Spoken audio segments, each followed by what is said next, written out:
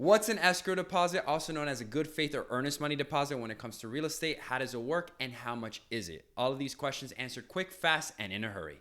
Roll intro.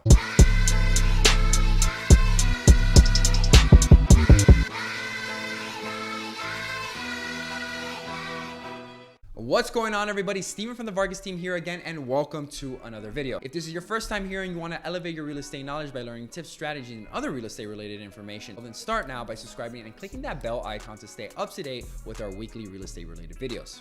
Okay, if you're involved with the purchase or selling of real estate, you're most likely going to come across the term escrow deposit, also known as good faith or earnest money deposit. In short, an escrow deposit is the amount of money that a buyer is going to put down on a property that he or she wants to purchase in a sign of good faith to the seller. Escrow deposits are most commonly held by a third-party company in an escrow account, either by a title company or a real estate attorney. There's actually money in there?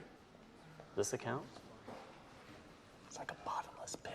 The buyer is essentially showing the seller that they're serious about purchasing this property. That's essentially or effectively what an escrow deposit does, and that they're going to do everything in their power to close. However, should the buyer breach the terms of the contract, then the seller may be able to claim that deposit. Look, of course, there are some requirements that will need to be met before the seller has the ability to claim the buyer's escrow deposit. But essentially what you as a buyer need to be aware of is the inspection period of the contract. Check with your local real estate laws, but in the state of Florida, a buyer is allowed to cancel a real estate contract within the agreed upon inspection period.